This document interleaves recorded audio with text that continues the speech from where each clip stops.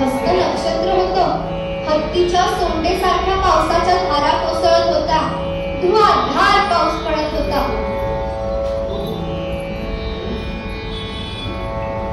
विजा कडाडत होत्या. लखन चमकत होत्या. अहो, बाहेर पाऊल टाकण्याचं कुणाचं धाडसच होत नव्हतं. धौम्य ऋषींच्या आश्रमात सगळे शिष्य पावसाचे ते रौद्र रूप बघत सगळे चिडीचूप बसले होते. गुरुदेव म्हणाले, आपण एवढ्या कष्टाने लावलेल्या पिकवलेल्या शेताचं काय झालं असेल कुणास ठाऊक. मंडळी, त्या काळी आश्रमात विद्या अभ्यासाबरोबर शेतीभाती, शस्त्रविद्या ही सुद्धा शिकवली जायची. पावसाळ्यात पेरलेली पिकं आता वर आली होती. हातात तोंडाशी आलेल्या पिकांचं काय झालं असेल ह्या काळजीत सगळेजण पडले होते. तेवढ्यात छोटा अरुणी ताडकन उभा राहिला. म्हणाला, मी जातो गुरुजी, बघून येतो. डोक्यावर इडलं घेऊन तो शेताजवळ पोहोचला. शेत तर सुखरूप होतं, पण शेताजवळचा ओढा भरून वाहत होता. त्याला गांजलेल्या बांधाला जमिनीत एक भेट पडली होती. त्यातून पाणी आत झिरपत होतं, शेतात शिरत होतं. अरुणीने तिथे माती घेऊन भेग बुजवायचा प्रयत्न केला. आता तर अजूनच पाणी आत येऊ लागलं. अरुणी छोट्या हातांनी माती घेऊन तिथे भेग बुजवायचा प्रयत्न करत होता. आता तर मोठं भगदाडच पडलं. पाणी आत आलं तर शेताचं नुकसान होईल म्हणून अरुणी तिथे स्वतः आडवा झोपून ती भेग बुजवायचा प्रयत्न करू लागला. अंधार पडू लागला. चिखलातले खेकडे किडे जवळ येत होते, चावत होते. पण अरुणी तिथे निर्धाराने पडून राहिला. त्याला माहित होतं की त्याचे गुरुदेव येतील. श्री गुरवे नमः, श्री गुरवे नमः असा जप तो करत राहिला. इतक्या कानावर हाक आली. अरुणी, अरुणी बाळा, कुठे आहेस? रात्र झाली तरी आला नाहीस. त्याचे गुरुदेव त्याला शोधत आले होते.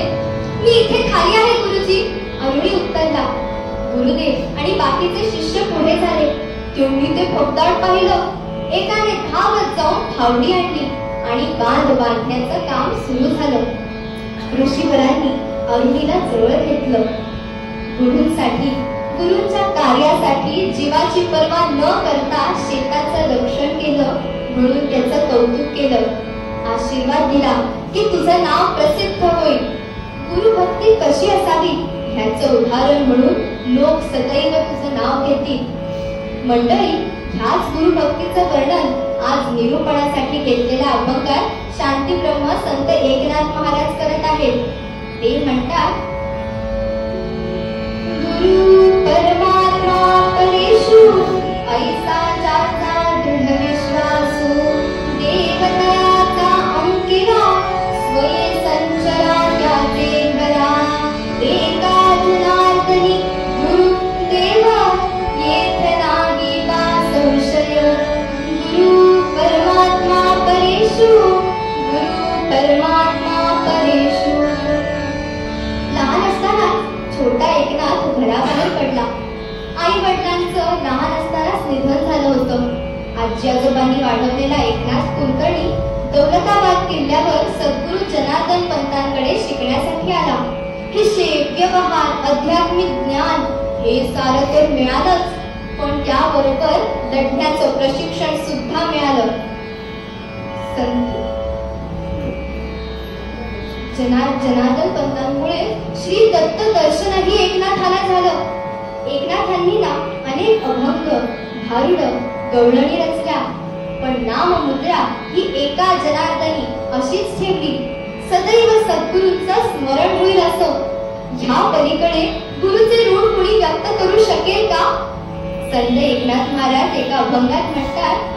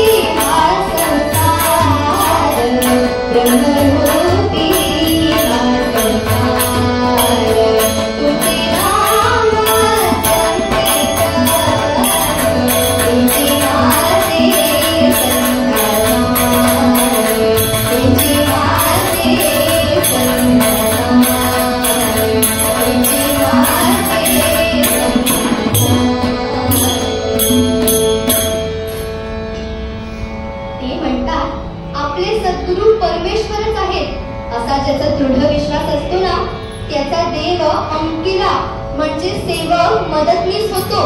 अहो हा स्वानुभवच आहे.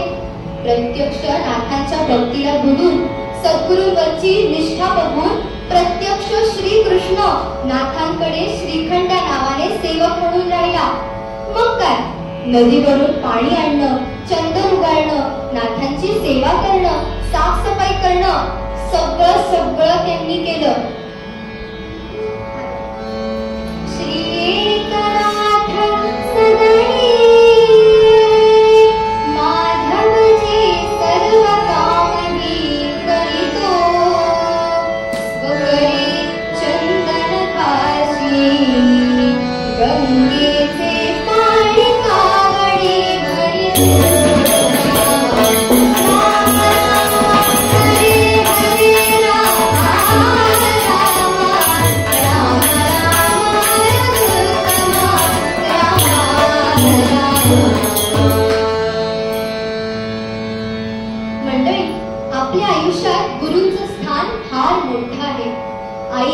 पहिली गुरु, मग बाबा, मग शाळेत जातो ते शिक्षक.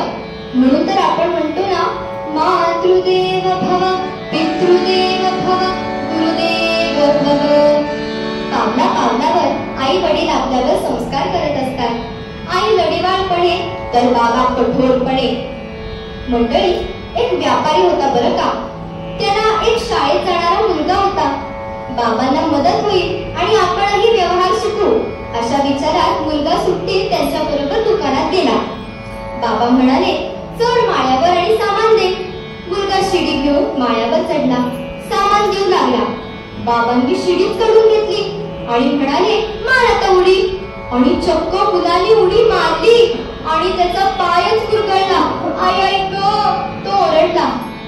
बाबा म्हणाले, व्यापारातला पहिला गुरुमंत्र अंधळेपणाने विचार न करता कुणावरही विश्वास ठेवायचा नाही.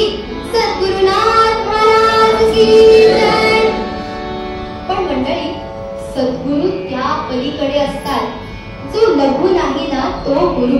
भूतकाळचा दुवा आणि भविष्यकाळचा दिवा म्हणजे सद्गुरु, जे आपल्या आयुष्याला नवे वळण लावतात, संकटातून सोडवतात, संकटाशी झुंजण्याचं बळ देतात ते सद्गुरु. माऊली तर म्हणतात, जैसे डोळ्या अंजन भेटे, ते वेळी दृष्टीसी फाटा फुटे, मग वास पाहिजे तेथे प्रगटे, महानिधी. माऊली ज्ञानेश्वर महाराज की जय. माऊली म्हणतात, डोळ्यात दिव्यांजन घातलं ना की जिथे पाहू तिथे द्रव्याचे, संपत्तीचे भूमिगत साठे दिसायला लागतात. तसंच गुरु कृपेमुळे चराचरात असलेला परमेश्वरही दिसतो आणि ज्ञान प्राप्त होतं. अहो संत कबीरजी तर म्हणतात, गुरु गोविंद दो खडे,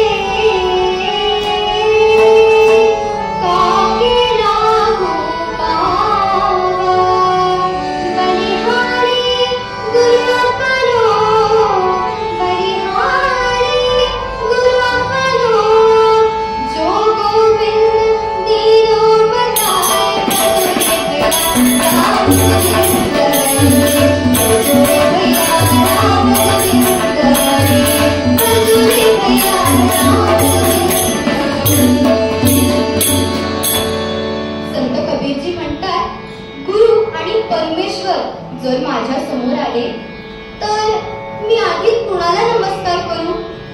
तर मी आधी गुरूंना नमस्कार करेन, कारण त्यांच्यामुळेच तर मला ईश्वर दर्शन झालंय आणि ह्यातच त्या परमेश्वराला सुद्धा आनंद आहे. अहो संत जगद्गुरु संत तुकाराम महाराज तर म्हणतात, सद्गुरु वाचोनी सापडेल सोय, धरावे ते पाय आधी आधी, आपणा सारिखे करते तत्काळ, नाही काळ वेळ दया लागी. जगद्गुरु संत तुकाराम महाराज की जय. समर्थ तर म्हणतात, सद्गुरूंची तुलना अथांग सागराशी करावी तर तो सागर खारट, माझे सद्गुरू काही तसे नाही. त्यांची तुलना मेरू पर्वताशी करावी तर तो पाषाण. माझे सद्गुरू काही पाषाण हृदय नाही. सद्गुरूंची तुलना कुठल्याही गोष्टीशी करू शकत नाही. अनुपमेय आहेत ते. म्हणून तर आपण म्हणतो ना, गुरु वर्णवेना, गुरु वर्णवेना.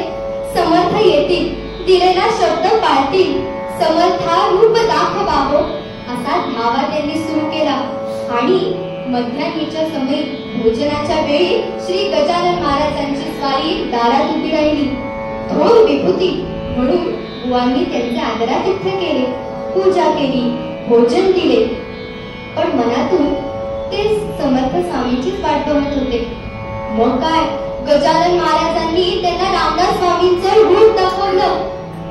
स्वप्नात येऊन रामदासांनी आदेश दिला, मी आणि गजानन महाराज वेगळे नाहीत. तुझी भक्ती त्यांच्या चरणी लाव, मी आणि ते वेगळे नाहीत. अशी ती गुरुंवरची जाज्वल्य भक्ती. मंडळी, आख्यान भागात आपण अशाच एका शिष्याची कथा ऐकूया आणि आता एकनाथ महाराजांच्या शब्दात महती गाऊया.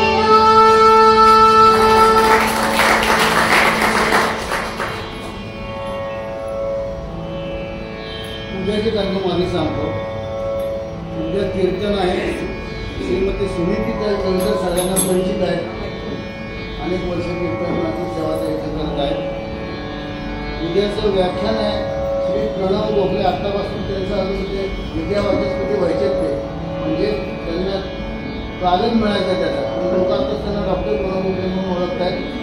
त्यांचा विषय आहे कीर्तन कलेचा मागोवा. थांबणार एक मिनिट.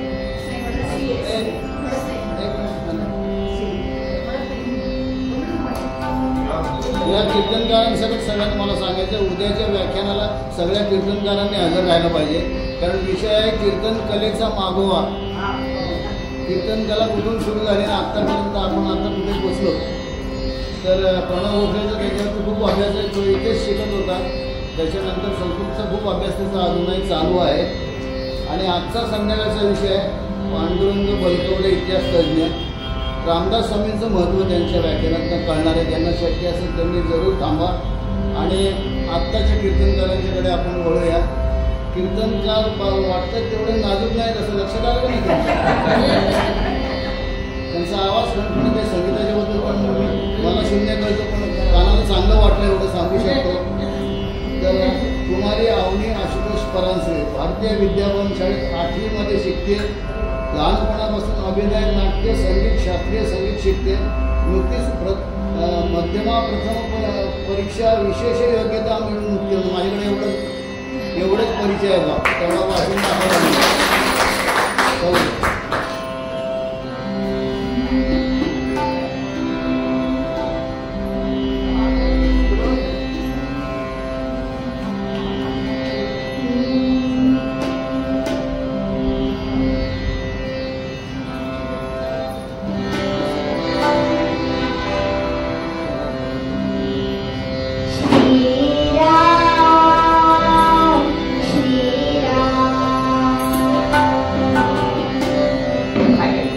श्रीराम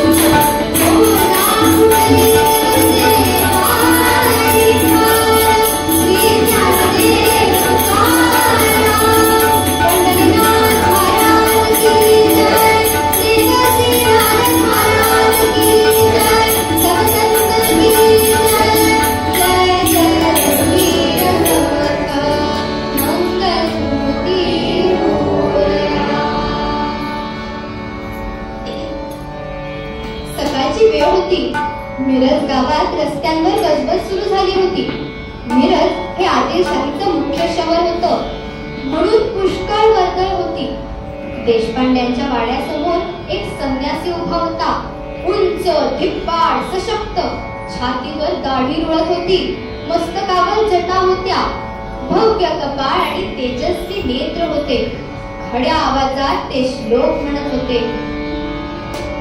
देहत्यागिता कीर्ती मागे मुरारी, मना सज्जना हेची क्रिया करावी, मना चंदनाचे परित्वाची जावे, परियंतरी सज्जनानी बवावे.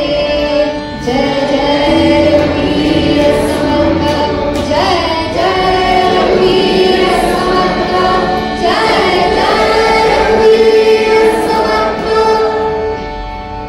तुळशी वृंदावनाजवळ बसून एक 16-17 वर्षांची मुलगी पोथी वाचत होती. अहो, त्या काळी मुली पोथी वाचत नव्हत्या. ती उठली, भिक्षा आणण्यासाठी आत जाऊ लागली. तेवढ्यात आवाज आला, मुली, आज थोडं दूध हवं आहे. तुंबा भरमत पायस द्यावे,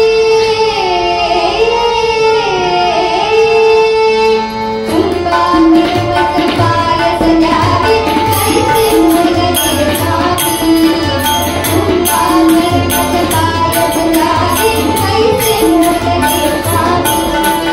साधू बोले अभिषेकांत, साधू बोले अभिषेकांत,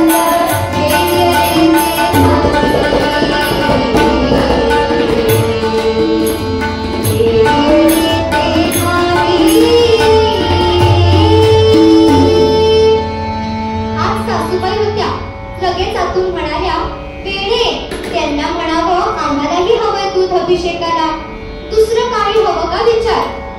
वेणा मुटमळली. संन्यासी महाराज म्हणाले, राहू दे मुली. मुली, तुला अक्षर ओळख आहे?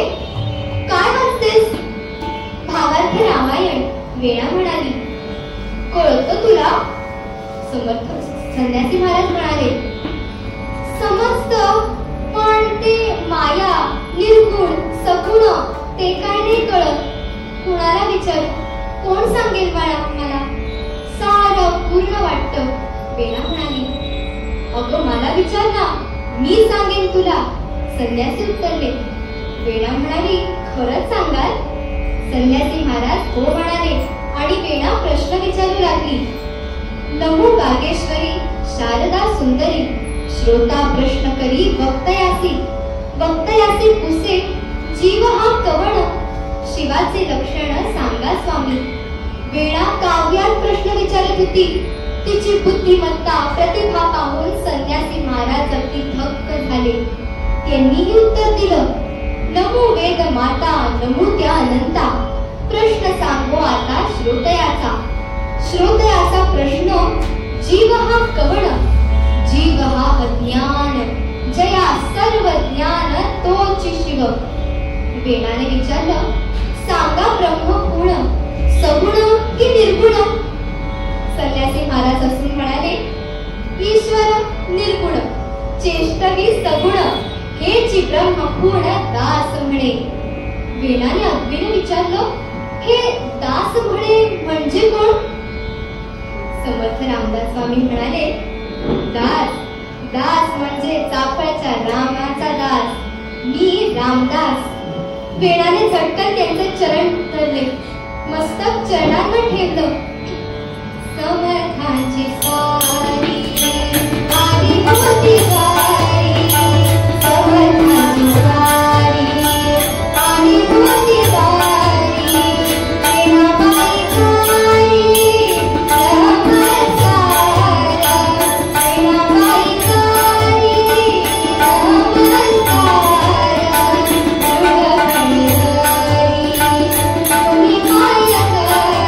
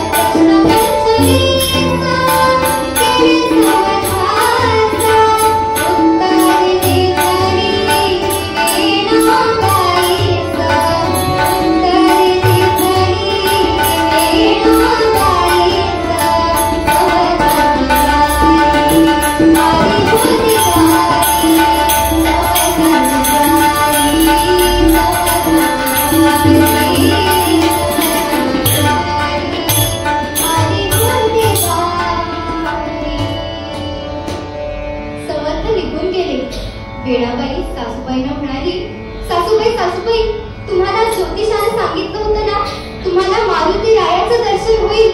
आत्ता आले होते ते समर्थ रामदास स्वामी, बुद्धिमतां वरिष्ठम मारुती रायाच. केवढे ते तेज, बुद्धिमत्ता. सासूबाई म्हणाल्या, अगो हो, फार चांगले आहे ते रामदासी बुवा. आदिलशाहीच्या लोकांवर जळत असते त्यांची. मंडळी, समर्थांचं कार्यच तसं होतं. तरुण मुलांना एकत्र करून शरीर बळकट करण्यासाठी व्यायाम, मन बळकट करण्यासाठी मनाचे श्लोक, निर्भयतेचे संस्कार देत समर्थ हिंडत होते. काय होती बरं त्या वेळेसची परिस्थिती? प्रबळ यवन झाले होते पंचला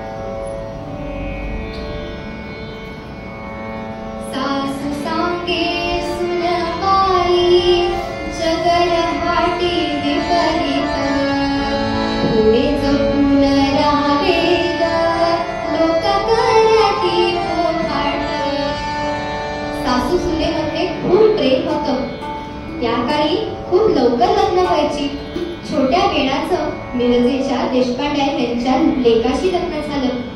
पण छोटीशी सून केली एकुलत्या एक लेकासाठी, सुख देवाला पाहवेना दुर्दैवाचा झाला. लहान असताना, काही कळत नसताना वीणाला वैभवी आलं. त्या काळच्या रीतीप्रमाणे तिचं केशवपन करण्यात आलं. सोहळं आलबट नेसून घरात बसावं लागलं. श्रावणात आजूबाजूच्या मुली खेळायच्या. वेणा सासूबाईंना म्हणायची, सासूबाई सासूबाई, त्या मला खेळायला घेत नाहीत हो, अपशकुनी म्हणतात मला. सासूबाई, मला घालायला लुगडं द्या, बांगड्या द्या, केस वाढवा ना माझे. सासूबाई सांगा ना, सांगा ना. सासूबाई खूप रडायच्या. खेळ फुगडी झिम्म्याचा वीणा म्हणे मला ध्याना, अंधारी ग माझं घर तेथे तुझा ग विहार. बाल विधवा सून झाली सासू घरी उरी पोटी, वाचण्यानेच बेकारी आसवाना खळ नाही, आसवाना खळ नाही. सारखं सारखं रडणं व्हायला लागलं. तेव्हा एकदा सासूबाई म्हणाल्या, अगं नाही तुझ्या नशिबी खेळणं संसार, अक्षर ओळख आहे ना, अगं मग घरातल्या पोथ्या वाच. वेणा वाचू लागली, शांत झाली. संत सहवास ग्रंथ रूपाने मिळाला आणि आज तर काय सद्गुरु भेटच झाली म्हणायची. वेणा झाली जाणती, झाली शांत सोशिकतेची मूर्ती. नशीब थोर दिसले गुरु चरण चरण, राम जय राम राम जय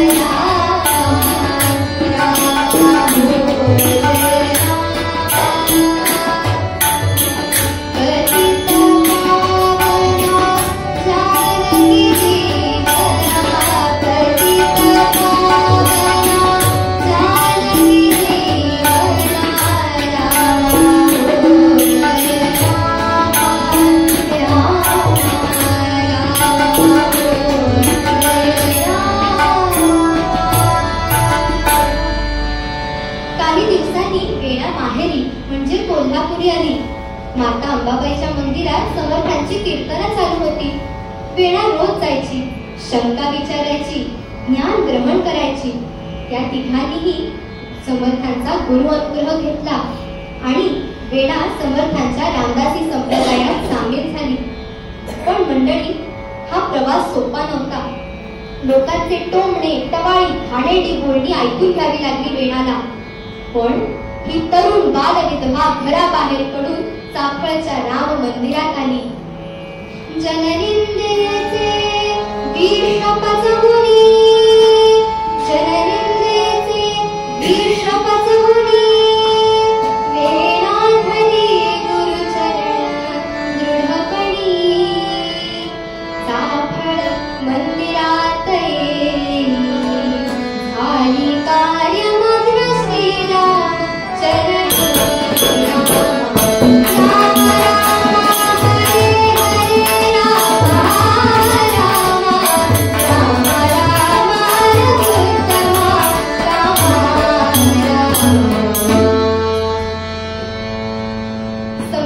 बलवान करायचा असेल तर त्यातील प्रत्येक घटक सशक्त असलं पाहिजे. म्हणूनच समर्थांनी अशा बालविधवा स्त्रियांना आपल्या रामदासी संप्रदायात स्थान दिलं. अक्काबाई, बाह्याबाई अशा कितीतरी होत्या जणी ह्या चाफळच्या राम मंदिरात. मग ह्या समर्थ कन्यांचा काय दिनक्रम होता? पहाटे उठून सडा संवादन, पहाटे उठून सडा संवादन, देव तुझा तो सेवा करीत असे, देव तुझा तो सेवा करीत असे. भोजन सर्वांचे गळण काढण, भोजन सर्वांचे गळण काढण, आया बाया मुलांना शिकवण, आया बाया मुलांना शिकवण. देण्याचा तर आणखीनच वेगळा दिनक्रम होता. उभ्याने तुझं पोटा ध्यान करून, उभ्याने तुझं पोटा ध्यान करून, नाचवत भरवत पारायण, नाचवत भरवत पारायण, नाचवत भरवत पारायण. त्यावेळी काही झेरॉक्स नव्हतं. हाताने पोथ्या लिहून काढायला लागायच्या. वेळाने तर अशा 200 पोथ्या लिहून काढल्या होत्या. मंडळी, रामदासी मंडळी फाल्गुनातच दूर दूर जाऊन भिक्षा मागून आणायचे. खरं तर शिवाजी महाराज विपुल धन देण्यास तयार होते. पण सगळ्यांना वाटावं की हा माझ्या रामाचा उत्सव आहे, माझाही काहीतरी सहभाग असावा. म्हणून समर्थ रामदास स्वामींनी हा भिक्षेचा प्रपंच सुरू केला. रामनवमी जवळ आली होती. समर्थांनी वेणाबाईंना बोलवलं. ती आली, नमस्कार करून उभी राहिली. समर्थ म्हणाले, श्रीरामांचा जन्म उत्सव तुलाच नेमून देतो, श्रीरामांचा जन्म उत्सव तुलाच नेमून देतो. मंदिर उत्सव बैल पाहुणा, मंदिर उत्सव बैल पाहुणा, मुराद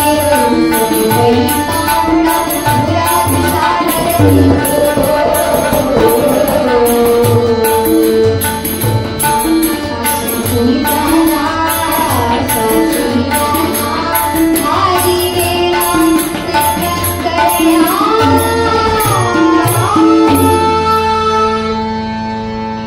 रामदासी मंडळी भिक्षेसाठी निघून गेली. टप्प्याटप्प्यावर भिक्षा मंदिरात येऊ लागली. मग काय, धान्य निवडून तळून काढून ठेवायचं. पापड, सांडगे, मसाले, लोणची सगळं सगळं करून ठेवायचं. शिवाय रोजचा पै पाहुणा आणि शिष्य परिवार आहेच. वेणा अविरत कष्ट करत राहिली. रामरायाची पूजा अर्चा, रोजची कामं, उभ्याने जप सगळं काही चालू होतं. शिवाय सद्गुरूंनी सोपवलेली पहिली कामगिरी म्हणून मनावर ताण, शरीर तर पूर्णपणे दमून गेलं होतं. त्यात वेळाला ताप ज्वर भरला. उभं राहत नव्हतं, झोप जायला लागले. आपण आजारी पडलो तर काम कशी होणार? स्वामी म्हणतील, एवढं सुद्धा जमणार आहे का तुला? कुणाचा दावा करणार? वेळा कशी कशी रामराया समोर उभी राहिली. उभ्याने जप करायचा होता. उभं राहत नव्हतं म्हणून तिने स्वतःला खांबाला बांधून घेतलं. डोळ्यात पाणी आले. ती रामरायाला किंपू लागली. हे रामा, तुला दया येत नाही का रे माझी? तुझ्याच कृपेने मला समर्थ चरण दिसले. आयुष्याचं सोनं व्हायची वेळ आली आणि तिथेही अपयशच का? इतकं फुटकं नशीब आहे का माझं?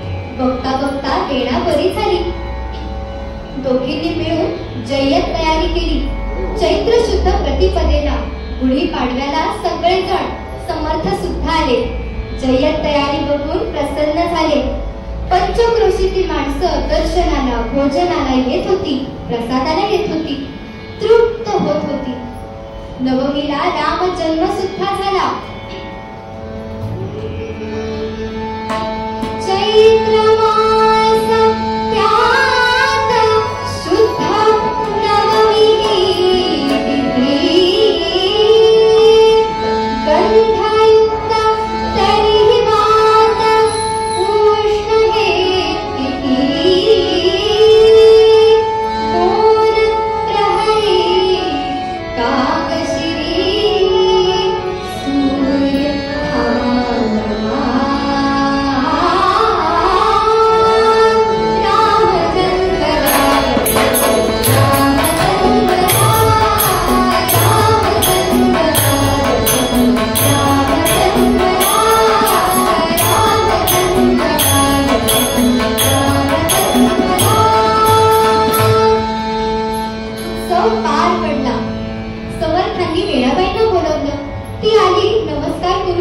राहिली.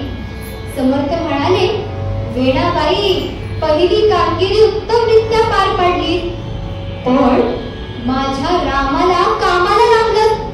वीणा चपापली, म्हणाली, नाही, ती रामी आली होती माझ्या मदतीला, अक्काबाईंनीच तिला पाठवलं. अक्काबाई म्हणाल्या, मी नाही बाई कुणाला पाठवलं, सगळे जण रामीला शोधायला धावले, पण ती कुणाला सापडली नाही. समर्थ म्हणाले, वेणाबाई, रामरायाने सेवा केली, तुमची मदत केली तुम्हाला, त्याच्यासाठी तुम्ही काय करणार? वेणा भारावून म्हणाली, मी पामर काय करणार, त्याच्या भक्तीचा प्रसार कर. समर्थ म्हणाले, मग काय? वेणाबाईंनी सीता स्वयंवर ही पोथी लिहिली, 7 प्रकारची रामायण दिली, शब्द रामायण, भाषा रामायण, छंद रामायण, संकेत रामायण, लवकुश रामायण, मंगल रामायण आणि सुंदर रामायण. मिरजेच्या मठात समर्थांनी वेणाबाईंना मठाधिपती केले. समाजात उभं राहून कीर्तन करण्याची परवानगी दिली. विमेन एम्पॉवरमेंटची सुरुवात समर्थांनी 450 वर्षांपूर्वी सुरू केली होती. मंडळी, वेणाबाई आता वेणा स्वामी झाल्या, शिष्यांना गुरुअनुग्रह देऊ लागल्या. त्या म्हणतात, माझ्या अंधारी आयुष्यात समर्थ सूर्य उगवला, ज्यांनी माझं आयुष्य उजळून निघालं आणि आयुष्याला पूर्णत्व मिळालं.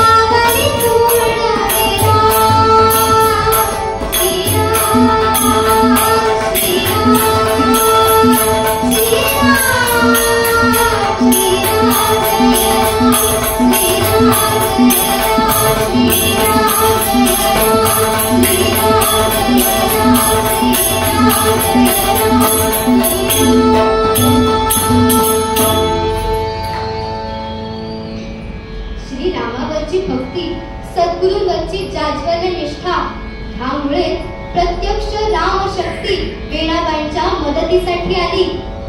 देवतयाचा अंकिला स्वये संचरा त्याचे घरा, हे एकनाथांचं वाक्य खरंच पटतं नाही का? मला इथे कीर्तन करण्याची संधी दिल्याबद्दल मी तुमची ऋणी आहे. मला सांभाळून घेतल्याबद्दल साथीदारांचे मनपूर्वक धन्यवाद. ही कीर्तन सेवा मी समर्थ रामदास स्वामींच्या चरणी, सद्गुरूंच्या चरणी आणि रामाच्या चरणी अर्पण करते. संत एकनाथ महाराजांचे शब्द आठवूया आणि ऐकूया.